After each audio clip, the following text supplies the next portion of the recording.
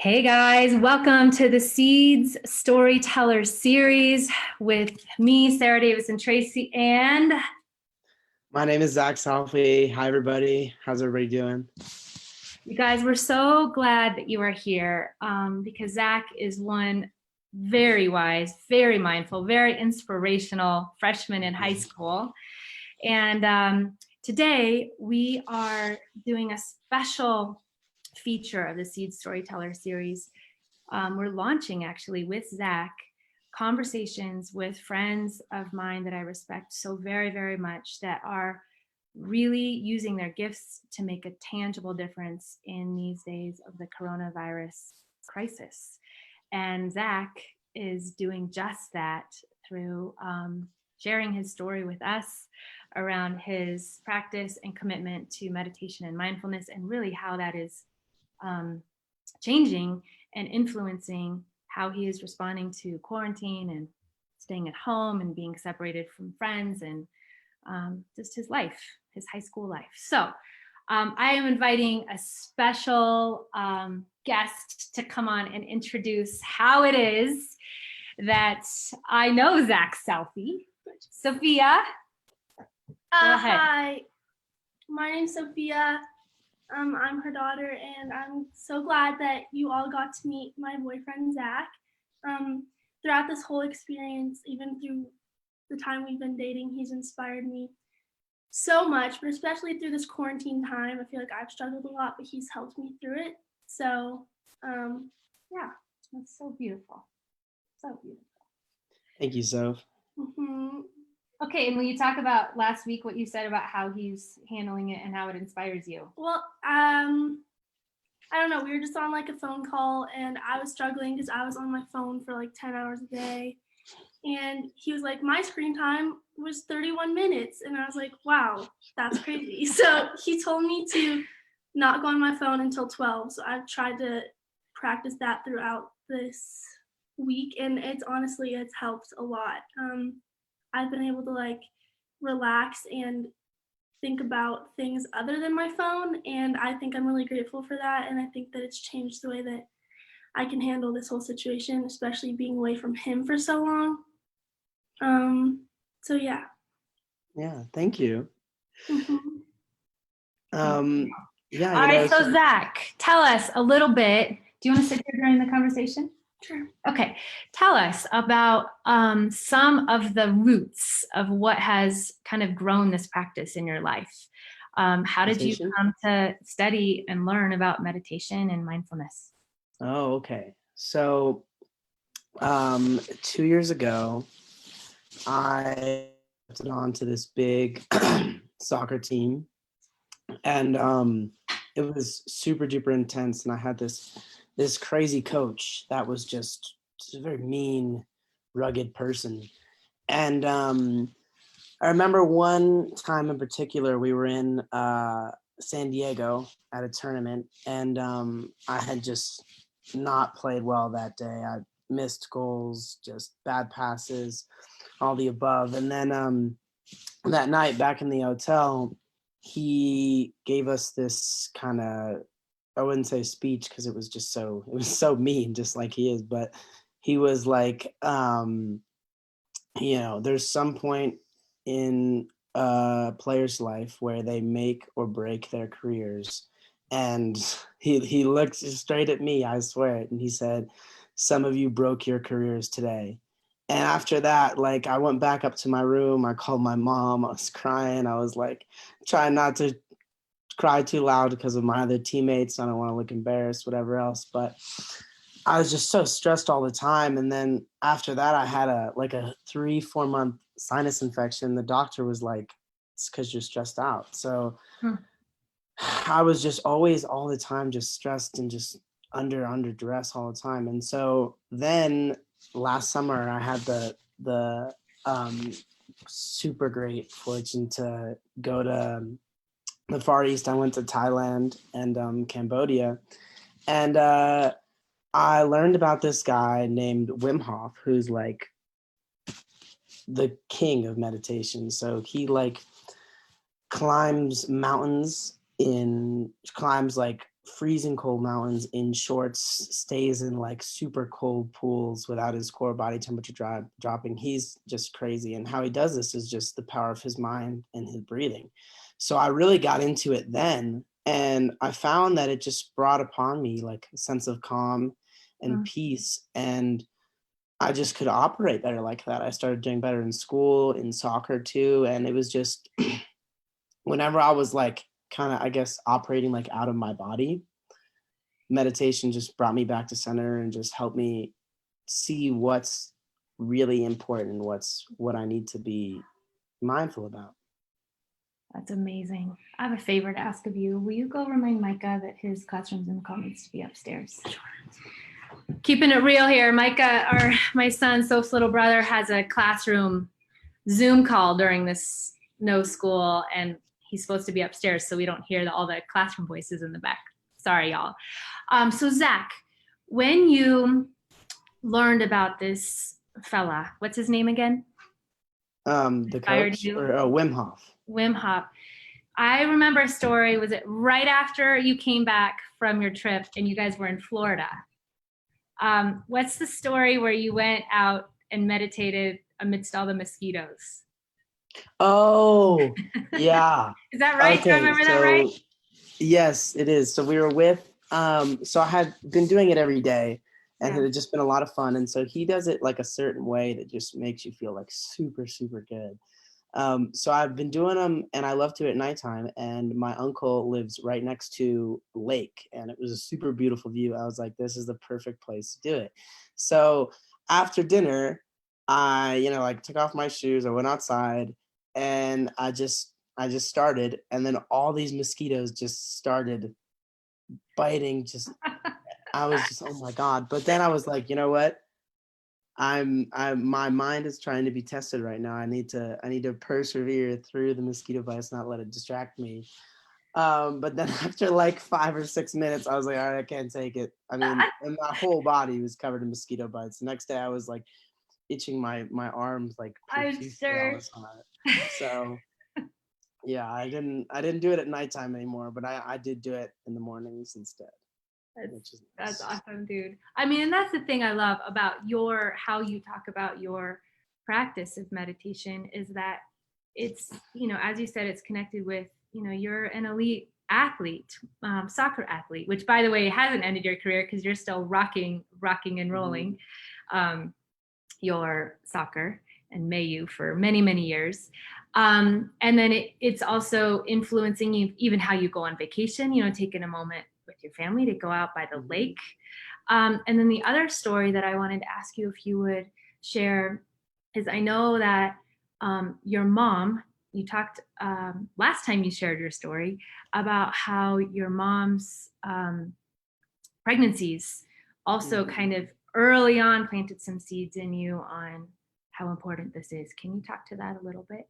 Yeah, of course. So the original meditator in my family is my mother, and she really got into it when she was having my little sister. And so the doctors had told her, don't have another child because all sorts of things would go wrong. But she just really, really, really wanted my little sister. And she had 3 miscarriages, and one of them at 18, 19 weeks old, I think. And it's just so tough. And for her, the power of her mind just kept her going. She said, I will have this baby. It will be an incredible baby. It will be sweet and kind and loving, just like my little sister is. And she just, her mind is just so strong that it kept her going, and now she's here. So that's really who inspired me to get into it, because it's so incredible, the power of our minds. Yeah, I love that. And that's the thing that I think is true always, is so much of what becomes important to us, like meditation is now important to you, like that seed was planted in you by someone else, obviously someone near and dear to you, your mama, who's amazing. That's very, very cool. Okay, so So, do you have any questions for Zack?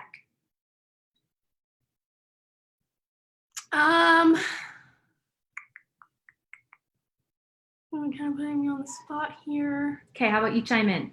Okay, yeah, I'll chime in. So, will you talk, Zack, a little bit, like rewind to last week? Soph had come out after having FaceTimed with you, and she was like, he's so inspiring how he's handling, these quarantines and no school. And she kind of rattled off your plan for your daily kind of structured, intentional, purposeful plan. Will you talk a little bit, first of all, just like what that is, like how that's playing out, just say today, and then how kind of your practices of mindfulness and being so present in life have kind of influenced your ability to respond in that way? Yeah, well, when the quarantine started, I kind of like when we got off of school, I found this as really like an opportunity to get really good at, well, I think I want to go into medicine. So I'm taking a human anatomy class in physiology, and I'm just playing a whole bunch of soccer every day. I'm working out, and I'm reading. So just really trying to keep my brain going and just use this time when everybody's, just laying down watching TV to like pass by everybody. So I'm waking up at 8 every morning, and then from 8 to 10, I do anatomy. And then from like 10 to 10:30, I like go down, eat breakfast, hang out with my family for a little bit. And then from 10:30 to like 1, I'm like playing soccer. So there's like a local high school that I go to, and I'll invite a friend and we'll go shoot around and whatever else. And then after that, at 1, I can hang out with Mia for a little bit, and then Mia's your little sister. Yeah.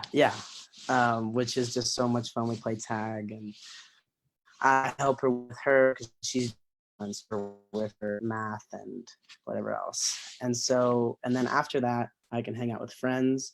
And so my best friend Lucas comes over, and we hang out. And then after that, after dinner at around like 5:30 to 6, then after that I read, and then if I have time, maybe watch a show, take a shower, and then go to bed. So it's like every day I like to have the structure. Uh-huh. Yeah. Would you say that you've always been like that? No. What kind of sparked that in you? Well, it really was my dad. So when I was like 12, I would forget everything. Like the amount of things I left in hotel rooms and then lost and like never found again. So he was like, he's like, I'm the same way you are. What you have to do is you have to make a list, you have to make a structure, and you need to follow that. And if you don't, then you get straight and then things don't get done. So every day, even when school's happening, I wake up at 6:15, and then I work out, and then I shower, then I go to school. After that, I come home, I eat, go to practice, then come back, eat dinner, meditate, then go to bed. So like everything in my life needs to have structure, or else I don't get anything done. Like that's just the type of person I am. So that's really what started it for me, was my dad telling me that I need to structure myself. Infrastructure is important. So cool. Both your mom and your dad just so have influenced the incredible person you are in these very specific ways. I love that. Not surprised. Very cool. So you spoke to this just a second ago. It sounds like generally your time that you set for meditation is at night before you go to bed. Mm-hmm. Is that right? Is that every day you do that?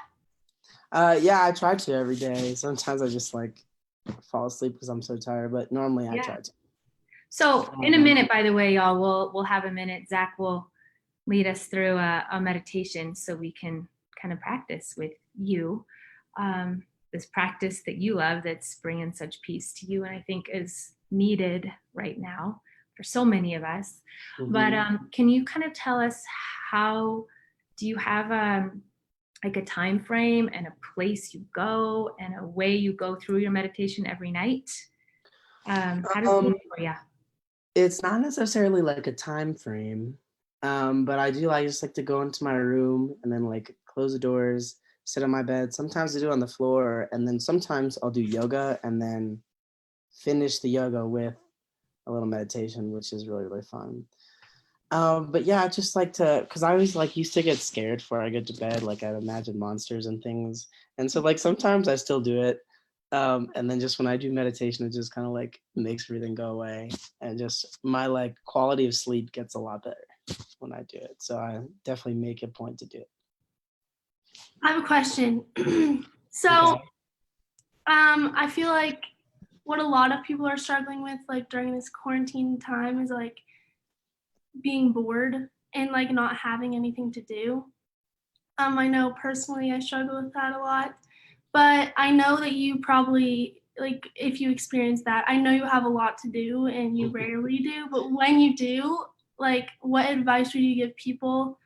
Like what should they do in those times when they feel like they don't have anything to get done? Um, Awesome. Probably go hang out with like your family. Like family time is so important. So if you're just sitting bored in your room, like scrolling through Instagram or whatever, just leave your phone in your room. So like eliminate distraction and then come down and just hang out with your family, have a nice conversation, whatever else. Yeah. And then if you've already done that, just do a workout, do some push-ups or something, because that always makes you feel good. Yeah. That's awesome. Noted. And then I also know that you know, in terms of the rhythms of meditation in your day, that you have this kind of rep. Soph's told me about it, that you'll sometimes sit. You guys both go to the high school called East High School here in Denver, and we have a big E on the. Go ahead. Do you remember at the beginning of the year, Zach, when you showed me and Addie and Cassidy, you sat on the E at the end of the day and meditated for like 10 minutes? I don't remember that actually, but that's something I would do. Right. Soph remembers like walking up to the E and seeing, because you guys had just started dating at that time, and seeing you like sitting on the E in the sun and just being like, it was outside? Yeah.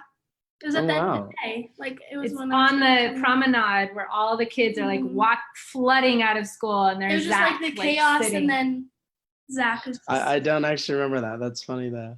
Which is truly an awesome picture of what meditation, mindfulness, prayer can be, right? Where there's this swirl of energy and then finding that center place. I literally have a picture of you sitting amidst the flood of the 2,400 kids from East. Well, it's not only that, but it also shows like Zach's character too. Like, just shows his character of just being able to sit there and not care what other people think. Yes, that's awesome. That is true. That is totally true. All right, Zach, can we take a moment?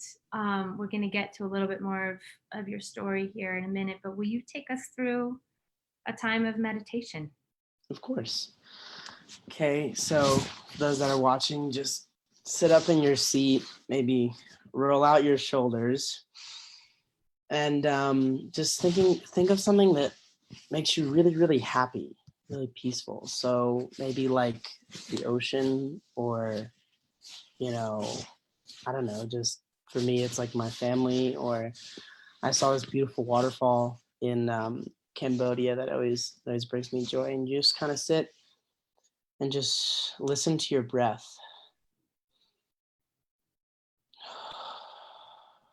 And just notice the sensation of the air coming in and out of your lungs. And just only that. Don't worry about anything else. Just focus on the sensation of the air coming in and the air leaving. Yeah, we'll just sit in here for a second.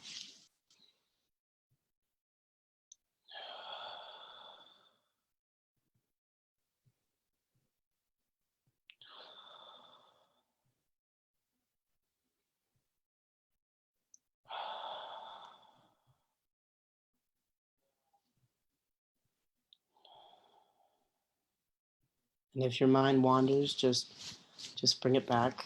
meditation is a practice of control. You learn to control your mind and tame it from thinking of things and wandering everywhere. Just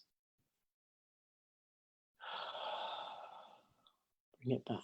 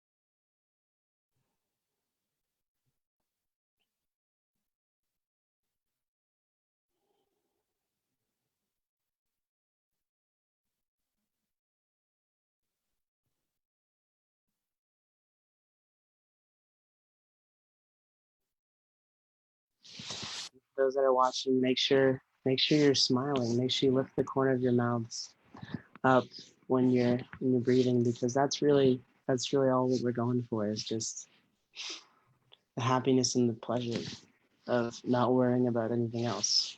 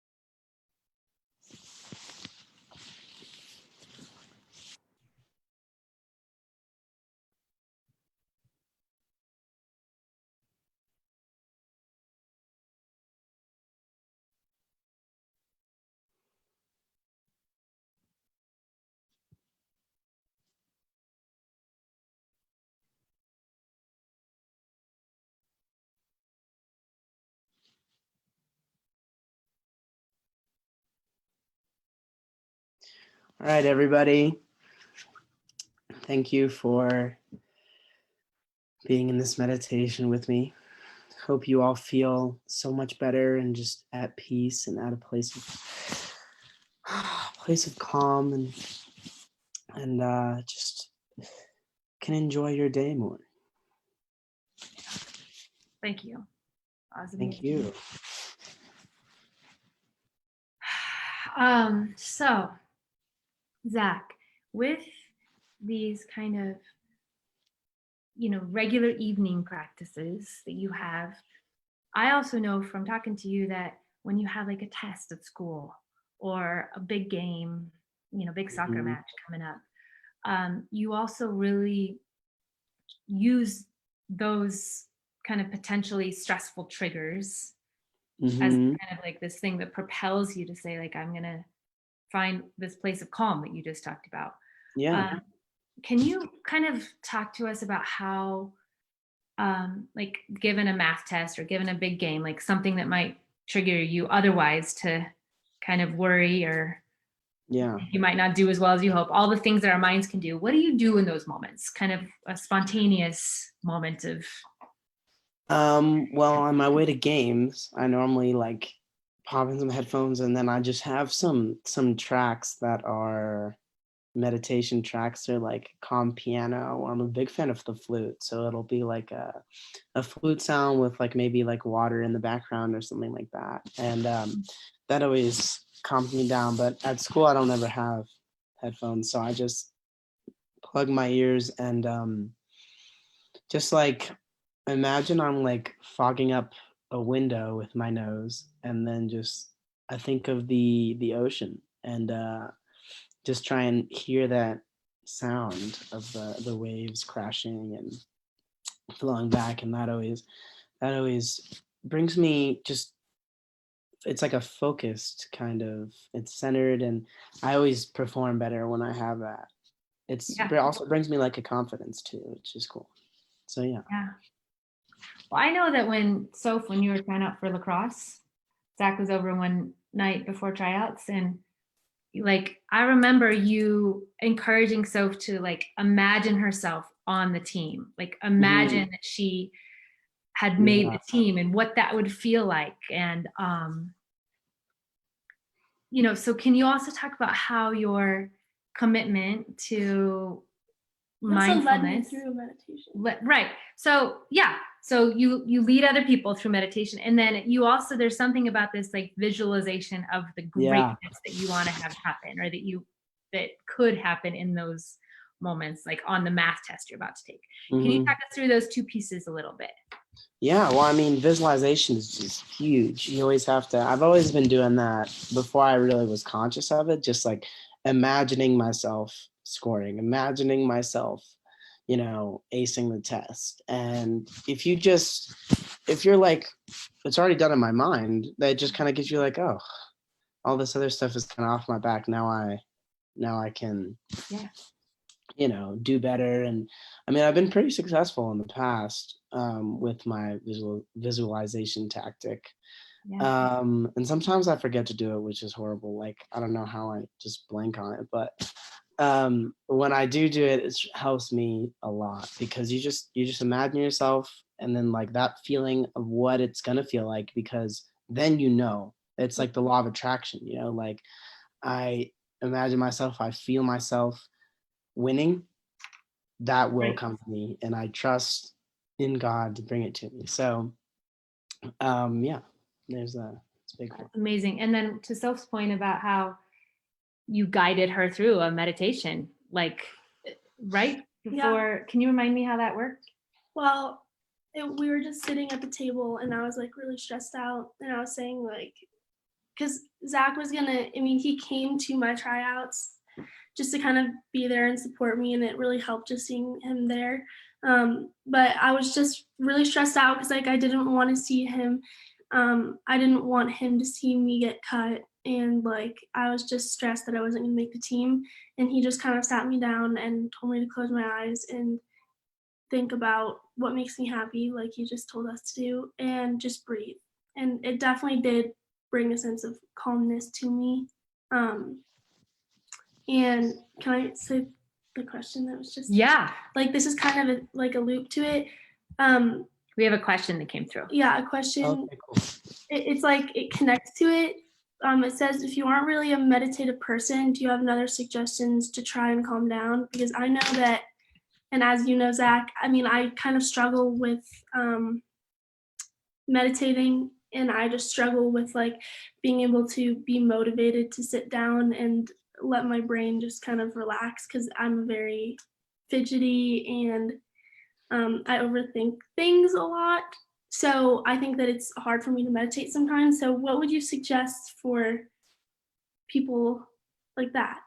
I mean, music. If you Yeah. find like a really, really good, quiet song that's just gonna make you feel happy and de-stress, then that's a big thing. You don't necessarily have to be seated and breathing and follow all the, criteria. You just have to, maybe lay down, listen to the song, and just, I don't know. Sometimes I like to look through like my camera roll from like 2 years ago and then like see like pictures like that. Like that's a lot of fun. So just kind of, that always can be a big relaxer, and just like my life is pretty good. I had all these fun experiences when I was 12, and so yeah, just music and maybe looking through old memories can really help. That's beautiful, dude. Hang on, we have another question here. I have another question. I'm into sports and I frequently have problems with my knees, but I still want to play. I cut out a season of basketball, but still was really stressed out about winning my track season. Any advice? So you've had some physical, pain as an athlete. So how does meditation and mindfulness impact your injuries, and how you respond to them?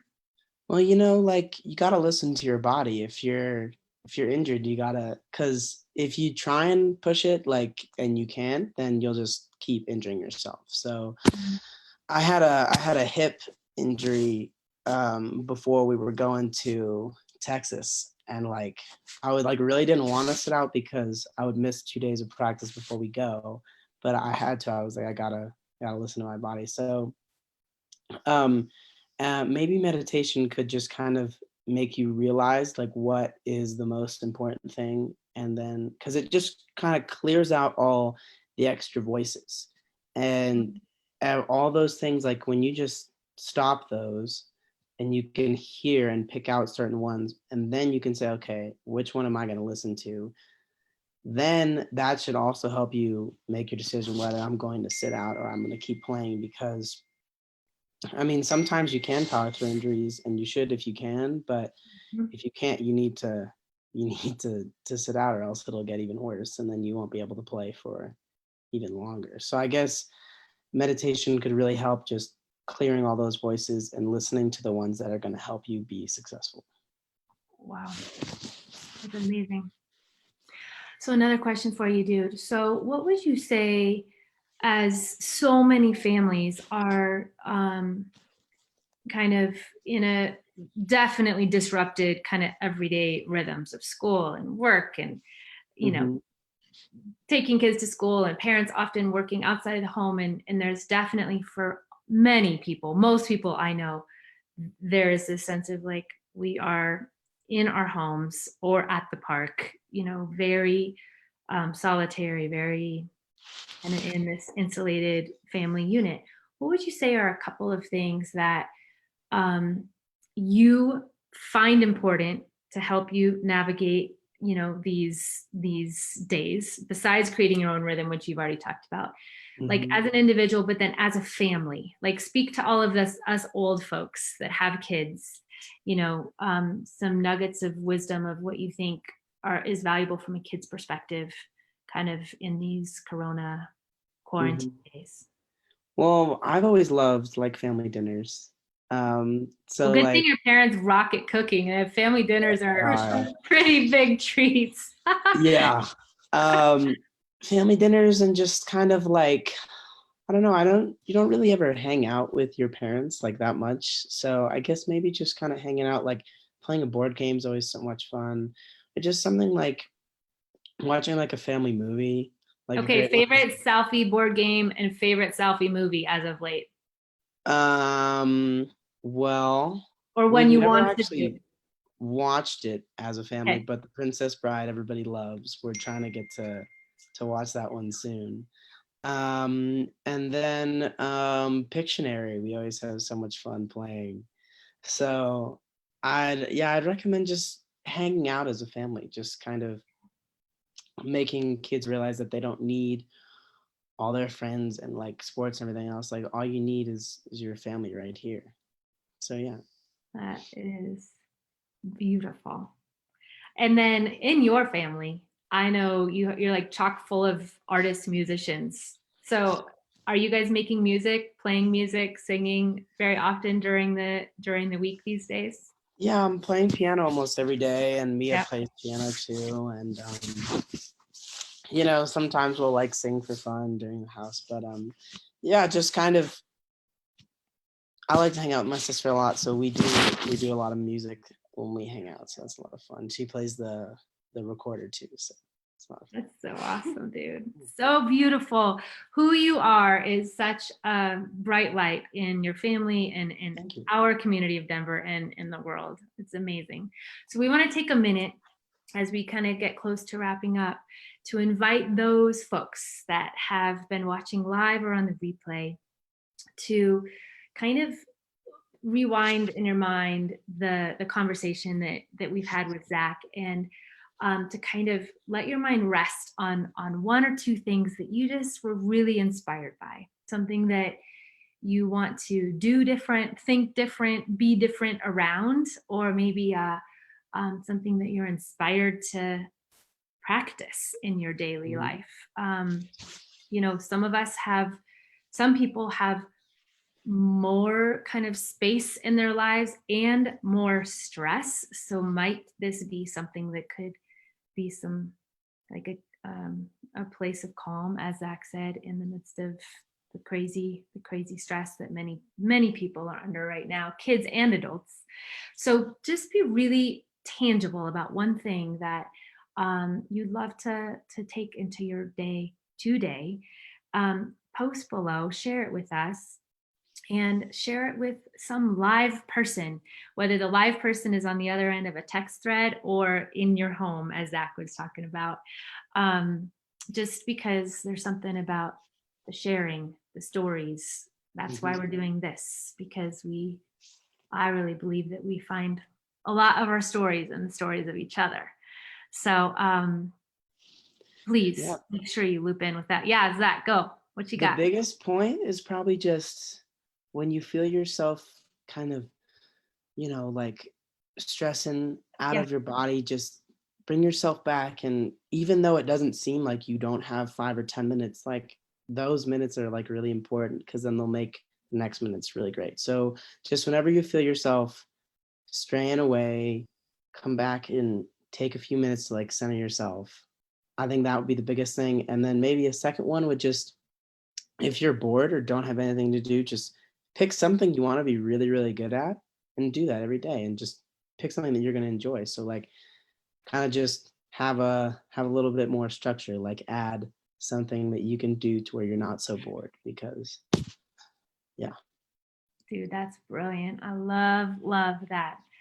Do you have any closing questions or things to say about this amazing human being? No, I mean, it's just really cool to hear. Yeah, it really is. Really helpful. All right, my friend. Well, thank you so much for sharing your story. Your wisdom, just jaw-dropping wisdom. I'm always walk away learning something from you. And I'm so glad that my girl gets to have you in her world. And I know she brings all kinds of beauty into your world too. She does, absolutely. Incredible. And we want to make sure we loop back to those people that are watching with this like reminder that amidst what we are talking about with mindfulness, meditation, cultivating gratitude and the positive, if you are in a place of struggle, if you are just in the kind of depths of despair, we want to the three of us want to kind of come together as the three of us and look you in the eye and make sure that you know that our hearts, our thoughts, our prayers are with you. And please don't go it alone. This can be a very isolating time for so many people. So please make sure that you reach out to someone today if you're feeling alone. Maybe meditate virtually like the three of us did, with someone. Hop on a FaceTime call and say, hey, I heard this really cool fella, Zack, share this beautiful story and practice. Maybe practice meditating with someone else in your world. So if you're feeling alone and isolated. But a reminder that you're loved, that we belong to each other, and that we have a lot to do today to light up the world, and a lot that we can do through sharing these stories. So Zack, thank you so much, honey. Appreciate it. Thank you. So thanks for joining us. Of course. Love you guys. Catch you later. Thank you. Bye. Bye. Bye.